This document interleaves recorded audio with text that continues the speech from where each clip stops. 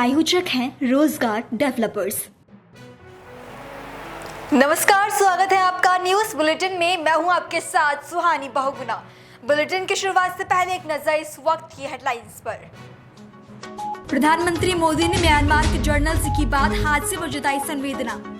जयपुर में वीर तेजाजी महाराज की मूर्ति तोड़ने पर बवाल, भारी पुलिस बल तैनात। बिहार बोर्ड परीक्षा में 82% स्टूडेंट्स पास, छात्राओं ने मारी बाजी। 26/11 हमले में शहीद मुंबई पुलिस कर्मचारी तुकाराम ओंबले के सम्मान में बनेगा स्मारक, महाराष्ट्र सरकार का फैसला। अमित शाह का छत्तीसगढ़ में एक और दौरा, 4 अप्रैल को जाएंगे दंतेवाड़ा। हेडलाइंस के बाद चलिए अब जानते हैं खबरों को विस्तार में। खबर उत्तर प्रदेश के वाराणसी से है, जहां के राजा तालाब थाना क्षेत्र की जीतापुर गांव में शॉर्ट सर्किट से गेहूं की फसल में आग लग गई। आग से करीब 6 बीघा गेहूं की खड़ी फसल जलकर पूरी तरह से नष्ट हो गई। ग्रामीणों ने आग की सूचना 112 और अग्निशमन विभाग को दी। लाल जी, आपके खेत में आग लगी हुई है और काफ़ी फसल जली हुई है, तो कैसे आप लोगों ने इस पर काबू पाया और कितना नुकसान हुआ है? सर हमने नहीं, हमने के भाई को तबियत लेके हम सवेरे से लेके कर रहे फ़ोन करके इसमें आग लगल साहब। लेकिन बड़ी इसमें नुकसान होगा साहब। कितना नुकसान? अरे होगा साहब 25,000 रुपया खरीद लागत लग गल बा। अच्छा साहब और भी कहीं खेत है कोई नहीं साहब। कैसे जीवन यापन होगा? अब भगवान पर सुन पार करिए साहब। अच्छा, पूरी फसल जल गई? सब खत्म हो गया। इसकी सूचना आपने किनको दी? मिर्जापुर प्रधान जी के फ़ोन करे तो रात ला तो कहने खलिया जे समझाइला। अच्छा साहब मौके पे अधिकारी कौन कौन से आए थे? हम तो वहीं पे आते साहब। अच्छा, आप अभी नहीं थे? क्या नाम है आपका? उर्मिला जी, आपकी फसल जली हुई है, कैसे आग लगी? भैया सबका तो लाइन से जरा हमने तो वहाँ दूर ही भाई हमने आए, सब फोन करे से तब हमने आए हैं तो जो सब जर गया रहा। अच्छा, कितना नुकसान हुआ? अरे 4 बीघा वो रही, कुछ 6 बीघा रहा है इनका। 6 बीघा हमने कुल बोत रहे, अधिया हमने बोत रहे भैया। तो अब कैसे प्रशासन कौन कौन आया था आपके मौके पे? क्या ये पुलिस आ रहे हैं भैया, आ रहे हैं भैया लिख के ले गए, सब खाली फोटो जैसे के लेके गए ना खाली। कुछ कहे? नहीं कुछ नहीं कुछ कहना भैया, कुछ नहीं कहना। और कहाँ खेती थी आप? हमने खेती ना नहीं है करे रहे, इसे खाद दिया रहे, खेती जल गई? हाँ सब। जीतापुर अच्छा, किस तरह से आग लगी यहाँ पर? कितना नुकसान हुआ? वही हुआ 6.5 बीघा, 60 लाइन शॉर्ट सर्किट हुआ गिरने से चिंगारी से आग लगी।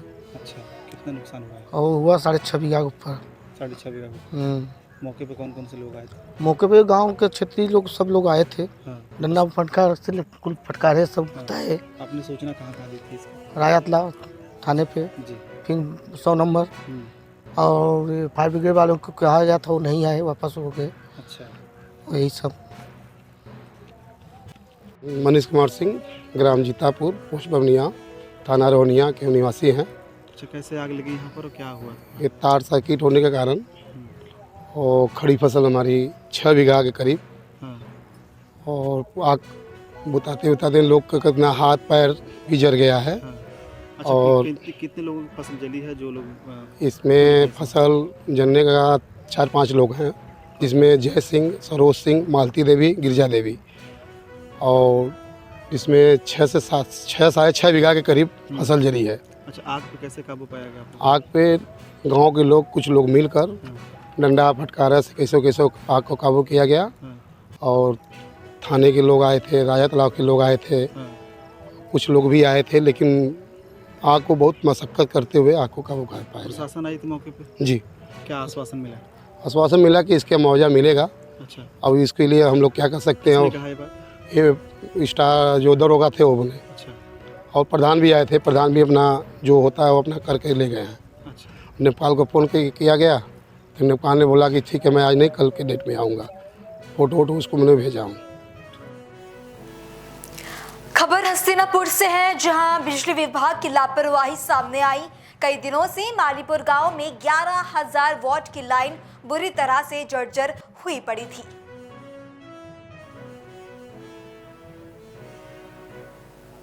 जिसको लेकर किसानों ने कई बार बिजली विभाग से अपील भी की थी कि वो यहाँ की लाइन को ठीक कर दे, नहीं तो किसी भी प्रकार का बड़ा हादसा हो सकता है।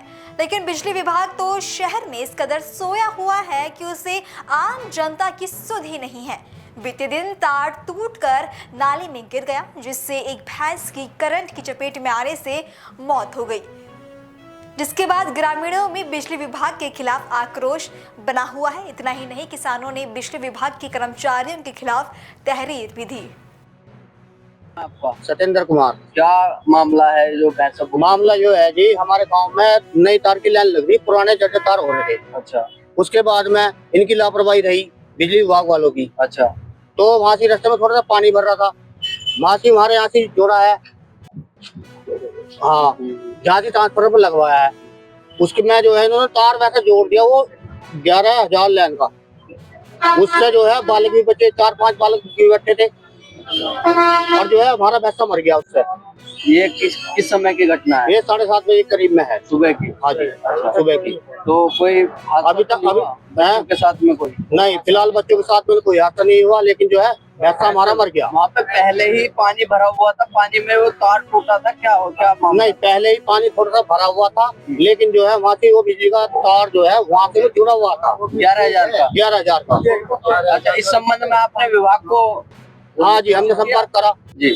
संपर्क में विभाग का एक आदमी आया, वो निकला रिपोर्ट ना करो, हमारे खिलाफ कोई कार्रवाई ना करो। क्या नाम है उसका? है जी, सतवीर कुमार जी। नहीं आए वो जित्तू सिंह आया था जी, लैंडमैन आया था। लैंडमैन, हाँ जी। अब आपने थाने में तहरीर दी कोई? हाँ, थाने में तहरीर दी है जी हमने, कार्रवाई के लिए है।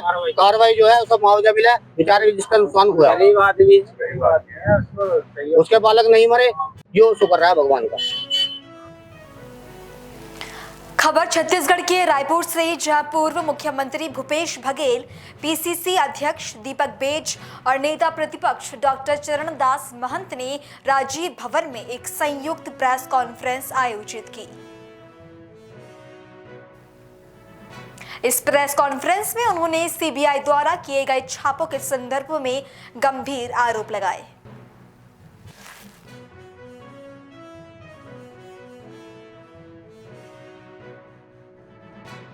सीबीआई का छापा पड़ा, अकेले छत्तीसगढ़ में लगभग 50 स्थानों पे छापे पड़े, जिसमें कुछ अधिकारी हैं, कुछ कार्यकर्ता हैं और हमारे राष्ट्रीय सचिव भाई देवेंद्र यादव के यहाँ भी और मेरे निवास में भी छापा पड़ा।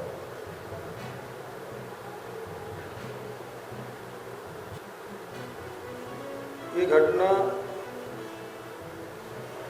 इस रूप में देखा जा सकता है कि उल्टा चोर कोतवाल होना। 2022 की घटना कि महादेव एक सट्टा चल रहा है। SP collector conference new circuit house में हुआ और वहीं पहली बार निर्देश मुख्यमंत्री रूप में मैंने दिया कि इसके खिलाफ व्यापक कार्रवाई होना चाहिए और सबसे पहले एफआईआर दुर्ग में, रायपुर, बिलासपुर और लगभग 70 से अधिक एफआईआर पूरे प्रदेश, और उस कार्रवाई के तहत लगभग 200 गिरफ्तारियां हुई, 2000 से अधिक बैंक खाते सीज की गए, 160 से अधिक मोबाइल और लैपटॉप भी सीज किया गया, गैजेट्स, ढेर सारे गैजेट्स जब्त किए गए। उसके बाद चूंकि जुआ एक्ट मध्य प्रदेश से छत्तीसगढ़ में अनुकूलन हुआ था 2000 में, और उसमें उस समय ऑनलाइन मीटिंग नहीं होता था क्योंकि सिस्टम ही नहीं था, और इस कारण से फिर मार्च 2022 में ही बजट सत्र में एक विधेयक लाया गया जिससे उस कानून को और भी कड़ा किया गया, जो उसमें उसके दंड को बढ़ाया गया, समय की वृद्धि की गई और राशि में वृद्धि की गई, और ऑनलाइन बेटिंग को भी सट्टे के रूप में उसको परिभाषित किया गया। उस समय महंत जी विधानसभा के अध्यक्ष थे, श्री डेहरिया जी मंत्री थे। उस समय ये कानून लाया गया। तो हमारा उद्देश्य जुआ सट्टा को रोकने का था। यदि रोकने का नहीं होता तो एक ही एफआईआर, जिस प्रकार से आंध्र प्रदेश में एक एफआईआर हुआ, उसके बाद कोई एफआईआर नहीं। पूरे देश में महादेव सट्टा के खिलाफ में सबसे ज़्यादा एफआईआर, सबसे ज़्यादा गिरफ्तारियां, सबसे ज़्यादा जब्ती, सबसे ज़्यादा बैंक खाते सीज करने की कार्रवाई यदि कहीं हुई तो कांग्रेस की सरकार में 36 कानून में संशोधन किया गया, पढ़ाई उसमें लाया गया और ऑनलाइन बेटिंग को उस दायरे में लाया गया। हमारा उद्देश्य तो बहुत पवित्र था कि आम जनता या नौजवान सट्टा में बर्बाद न हो, परिवार बर्बाद न हो। जुआ सट्टा से कोई परिवार आबाद होते नहीं मिलेगा, केवल बर्बाद ही होना है। इसलिए कड़े कानून लाए गए थे, कार्रवाई की गई। उसके 6 महीने बाद ईडी उसमें इंटरफियर करती है और उसके बाद कुछ लोगों की गिरफ्तारियां होती हैं। इस बीच में क्योंकि सौरभ चंद्राकर, रवि उत्पल नेहरू नगर के ही निवासी थे और महादेव सट्टा को दुबई से ही संचालित कर रहे थे, तो राज्य सरकार कार्य क्षेत्र के बाहर का मामला है। भारत सरकार को हमने पत्र भी लिखा कि उनकी गिरफ्तारी होनी चाहिए। फिर दोबारा पत्र लिखा कि लुकआउट सर्कुलर जारी किया जाए, लेकिन उसकी गिरफ्तारी आज तक नहीं। ऑनलाइन जो बेटिंग है, गूगल को हमने लिखा कि आपके साइट से ये ऐप खेला जा रहा है, उसको बंद किया जाए, तो उन्होंने बंद कर दिया। लेकिन व्यापक पैमाने पर दूसरे प्लेटफॉर्म में जो ऑनलाइन बेटिंग हो रही है, उसके रोकने का क्षेत्राधिकार भारत सरकार को भी हमने प्रधानमंत्री के पत्र लिखा कि ऑनलाइन बेटिंग चल रही है, इसे रोका जाए, इसे पूर्ण प्रतिबंध लगाया जाए। तो राज्य सरकार की ओर से, अधिकारियों की ओर से कार्रवाई की गई, लेकिन ईडी इस मामले में राजनीति करना शुरू की। अभी तक के सीबीआई भी रवि उत्पल और सौरभ चंद्राकर को ढूंढ रही है, लेकिन एक नया नाम आता है शुभम सोनी का, अचानक प्रकट हुआ बिल्कुल चुनाव के नज़दीक, और उसका वीडियो जारी होता है। वीडियो जो है वो ईडी ने जारी नहीं, भारतीय जनता पार्टी के कार्यालय से जारी। और जो असीम दास उसका मित्र था शुभम सोनी का, उस घटना को भी आपको याद दिला देता हूँ। शुभम सोनी ये कहते हैं कि उस वीडियो में कि सौरभ चंद्राकर या रवि उत्पल इसके मालिक नहीं है। खबरों का सिलसिला आगे भी जारी है। फिलहाल रुकेंगे एक छोटे से ब्रेक के लिए।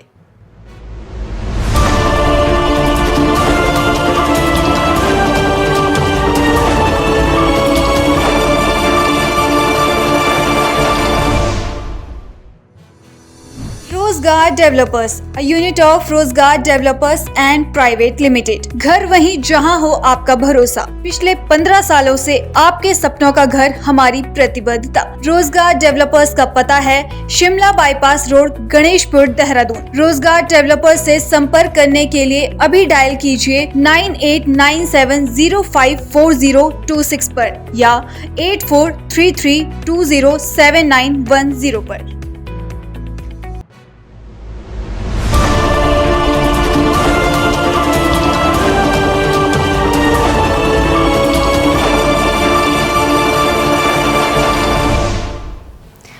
ब्रेक के बाद आपका बुलेटिन में फिर से स्वागत है और बड़ी खबर छत्तीसगढ़ के दुर्ग से सामने आ रही है, जहां साइंस कॉलेज के पास एक दर्दनाक हादसा हुआ। साइंस कॉलेज के पास एक दर्दनाक हादसा हुआ है, जहां ट्रक ड्राइवर को नींद की झपकी आने से गंभीर चोटें आई हैं।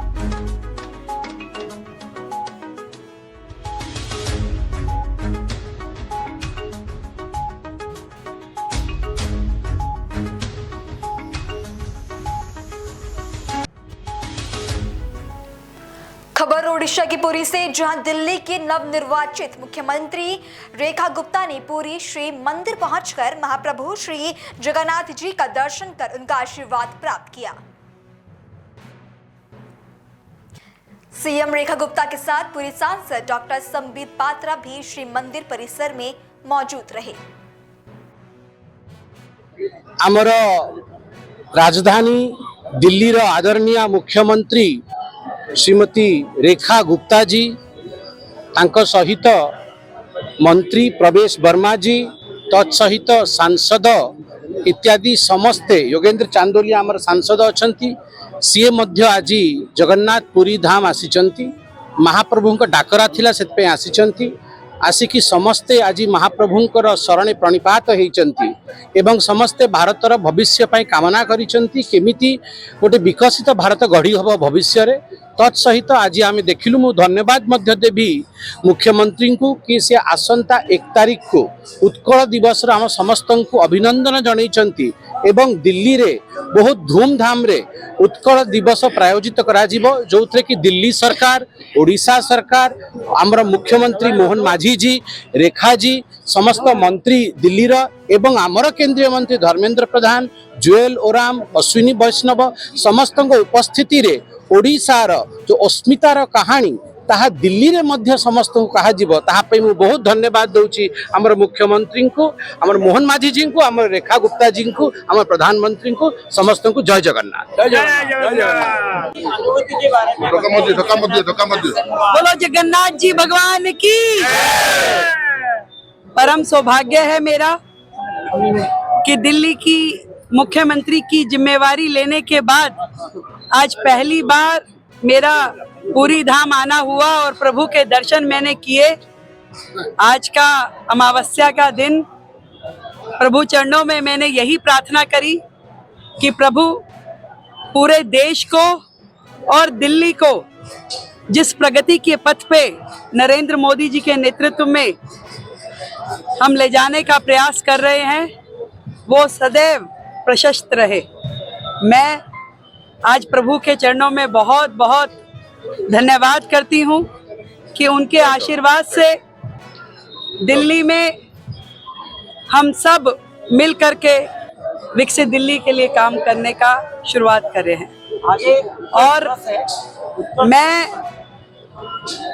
प्रत्येक उड़ीसा वासी को और दिल्ली में रह रहे मेरे उड़िया भाई बहनों को उत्कल दिवस की बहुत ढेर सारी बधाई देती हूँ, शुभकामनाएं देती हूँ और प्रभु का आशीर्वाद हम सब पे यूं ही बना रहे और देश प्रगति की राह पे चलता रहे। कैसे मनाया जाएगा उत्कल दिवस? अपना भव्यता के साथ, और पहली बार दिल्ली सरकार ने भी ये निर्णय लिया है कि हम उड़ीसा दिवस धूमधाम से मनाएंगे। और थोड़ा उन्नति के बारे में बताइए, दिल्ली में रहने वाले जितने भी उड़िया हैं उनका उन्नति कैसे हो सकता है? दिल्ली देश की राजधानी है, अलग अलग प्रांतों से लोग बहुत सारे सपने संजो के वहाँ पहुँचते हैं और हजारों उड़ीसा से आए हुए परिवार दिल्ली को गति देने में काम कर रहे हैं।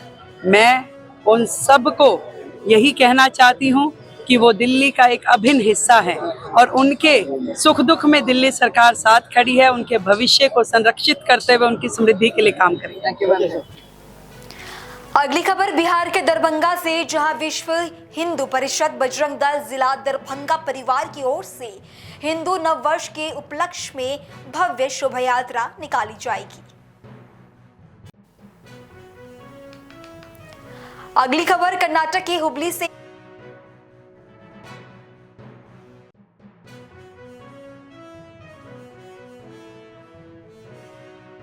विक्रम संवत 2082 30 मार्च दिन रविवार सुबह 8 बजे दरभंगा के मेडिकल ग्राउंड कर्पूरी चौक से हर साल की भांति इस वर्ष भी हिंदू नववर्ष शोभा यात्रा विशाल भव्य दिव्य रूप से निकाला जाएगा।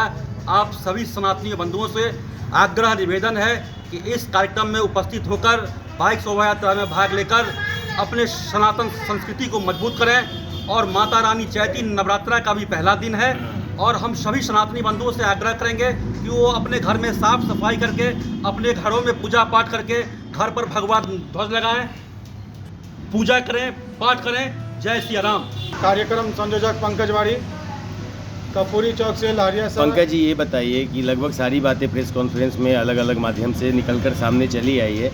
ये बताइए कि आप लोगों का जो बाइक रैली निकल रहा है नववर्ष के उपलक्ष्य में, जो आप लोगों का ये पूरा अभी झंडा वंडा भी लगा के आप लोग तैयारी पहले से ही लगे हुए, इतनी मेहनत कर रहे हैं, ये रैली का रूट क्या होगा? किस रूट से कहाँ कहाँ भ्रमण करेंगे आप लोग, ये थोड़ा सा बताइए। कर्पूरी चौक से लहरिया टावर से लोहिया चौक से बाकरगंज से लाइट हाउस, नाका नंबर 6, विक्रमपुर मौलागंज, खनका चौक, जेपी चौक, सुभाष चौक, भगत सिंह चौक होते मिर्जापुर। लगभग एक प्रकार से ये कहा जाए कि पूरे शहर का ये भ्रमण यात्रा है, एक तरीके से एक जन संदेश दे रहे हैं कि नववर्ष की शुभकामनाएं देते हुए सभी हमारे शहर वासियों को आप लोग एक इस तरीके का आप लोगों ने बनाया है रूट प्लान। जी, और कुछ कहना चाहते हैं उस दिन के लिए? किसी को आमंत्रित निमंत्रित करना चाहते हैं? सभी मिथिला वासियों को हिंदू नववर्ष की हार्दिक बधाई, शुभकामनाएं। आप सभी लोगों का हिंदू नववर्ष का तैयारी जो विक्रम संवत 2082 प्रत्येक वर्ष की भांति इस बार भी आपको कर्पूरी चौक रविवार 30 मार्च को प्रातः 8 बजे से जो निकलने वाला है, उसके निमित्त यहाँ अपने विश्व हिंदू परिषद बजरंग दल के परिवार के सभी सदस्य लोग उसका तैयारी जो कर रहे हैं, ध्वज वगैरह का जो आपको बांधना छानना हो रहा है, इसका तैयारी में अपने जिला के कार्यकर्ता लगे हुए हैं। मैं इन सभी लोगों को कोटि कोटि धन्यवाद देते हुए यह जानकारी देना चाहता हूं कि यह कार्यक्रम जो आपको हिंदू नववर्ष विक्रम संवत 2082 हो रहा है, इस कार्यक्रम के प्रमुख अपने यशस्वी राजीव प्रकाश मधुकर जी विश्व हिंदू परिषद के सह जिला मंत्री भी हैं और इस कार्यक्रम के आपको प्रमुख हैं। इस कार्यक्रम के हिंदू नववर्ष कार्यक्रम के संयोजक श्रीमान यशस्वी अपने पंकज वाड़ी जी हैं और कार्यक्रम के सह संयोजक बजरंग दल सह संयोजक श्रीमान सुमित कुमार राय जी हैं।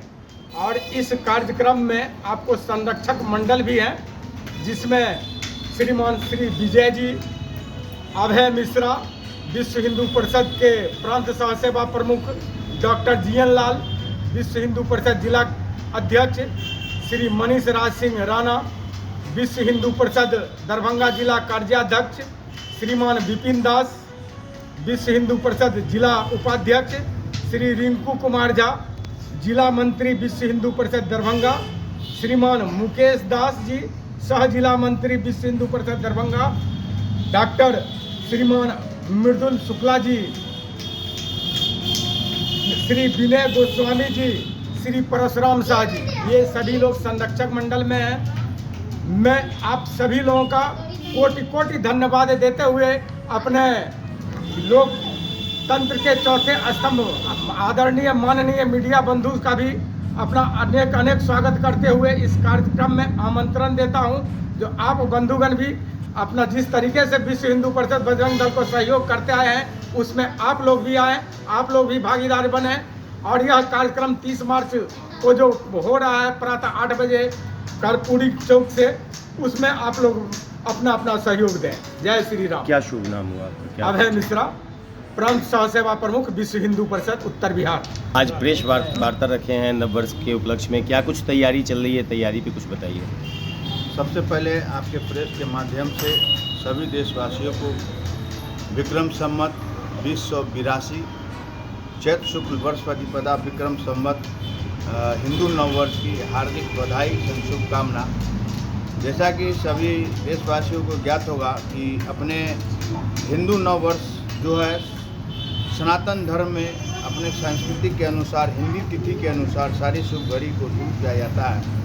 तो साल के प्रथम वर्ष और प्रथम दिन 30 मार्च को पड़ रहा है, जिस दिन हम लोग हिंदू नववर्ष के रूप में मनाते हैं इसको। और इसके लिए हम लोग आज विश्व हिंदू परिषद दरभंगा परिवार पूरे जोर शोर से इसकी तैयारी में लगे हुए हैं। और मैं आपके प्रेस के माध्यम से सभी दरभंगा वासियों को, सनातन राम भक्तों को आग्रह करना चाहता हूं कि 30 मार्च को प्रातः 8 बजे कर्पूरी चौक मेडिकल ग्राउंड के प्रांगण से हिंदू नववर्ष के उपलक्ष्य में भव्य बैक यात्रा निकाली जा रही है। यह यात्रा विश्व हिंदू परिषद, बजरंग दल, दुर्गा वाहिनी, मातृशक्ति एवं समस्त सनातन की ओर से यह निकाली जा रही है। यह यात्रा पूर्णतः गैर राजनीतिक यात्रा है।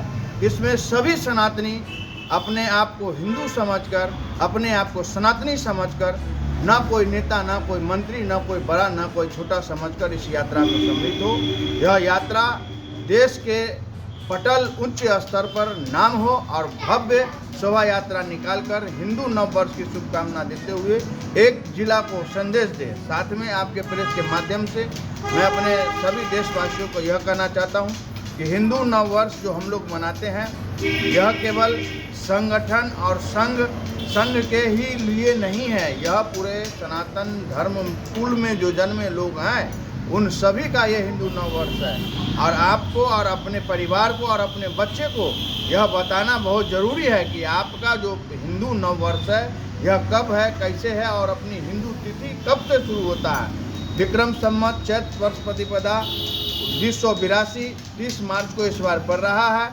उस हिंदू नववर्ष के प्रथम दिन से ही अपने जो सनातन धर्म में उत्सव होते हैं, पूजा पाठ होते हैं, वह शुभ घड़ी शुरू हो जाती है। जैसे 30 तारीख को ही चैती दुर्गा पूजा का प्रथम कलश स्थापन होगा, उसके 4 दिन के बाद छठ पूजा होगा, उसके बाद रामनवमी होगा, उसके बाद हनुमान जयंती होगा, छठ होगा, दिवाली होगा। पूर्णतः ऐसे हम लोगों का जो उत्सव है यह अपने हिंदी तिथि के अनुसार चलता है। और साथ में अपने बच्चे को, अपने परिवार में इसकी जानकारी दे। और आप सभी से निवेदन है, मैं हाथ जोड़कर कर रहा हूँ कि अपने अपने घरों पर एक भगवा ध्वज जरूर लगावे और अपने आप उस सनातनी का परिचय जरूर देने का प्रयास करें। राजीव प्रकाश मधुकर, विश्व हिंदू परिषद के सह जिला मंत्री और इस हिंदू नववर्ष आयोजन समिति की हिंदू नववर्ष शोभा यात्रा के कार्यक्रम प्रमुख। फिलहाल बुलेटिन में इतना ही। देश और दुनिया की बाकी तमाम खबरों के लिए आप देखते रहें पल्स 24 न्यूज। नमस्कार। इस बुलेटिन की प्रायोजक थी रोजगार डेवलपर।